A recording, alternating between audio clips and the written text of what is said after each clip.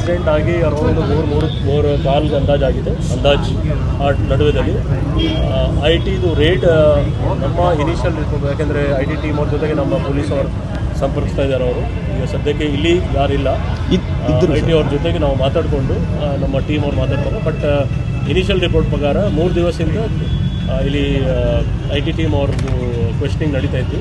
ಇವತ್ತು ಕೂಡ IT team ಅವ್ರದ್ದು ಕ್ವೆಶ್ಚನಿಂಗ್ ನಡೀತು. ಬಟ್ ಆ್ಯಕ್ಚುಲ್ ಆಗಿ ಏನು ನಡೆದಿದೆ ಅದ್ರ ಬಗ್ಗೆ ತನಿಖೆ ಆಗಬೇಕು. ಅಂದರೆ ಆ ಡ್ಯೂರಿಂಗ್ ಇನ್ಸಿಡೆಂಟಲ್ಲಿ ಅವ್ರ IT ಅಧಿಕಾರಿಗಳು ಯಾರಾದ್ರೂ ಜೊತೆಗೆ ಇದ್ರಾ, ಅದನ್ನು ನೋಡಿದವ್ರು ಯಾರು ಐ ವಿಟ್ನೆಸಸ್ ಇದ್ದಾರಾ?